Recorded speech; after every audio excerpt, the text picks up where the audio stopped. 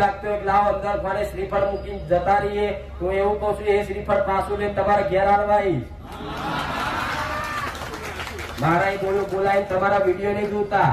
પ્રેમથી જેને કીધું છે કે ભાઈ મારા તકલીફ છે, વિડીયો ના ઉતારતા, તો એનો વિડીયો નહીં મળ્યો.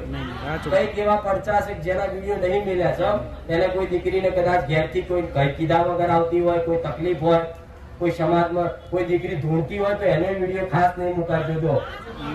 તો કોઈ દીકરી નોની બહાર ધોળતી હોય ને અને કુંવારી દીકરી કુવાસી કોઈ ધોળતી હોય ને તો એનો વિડીયો ઉતારવા ના પાડી મારા સેવક.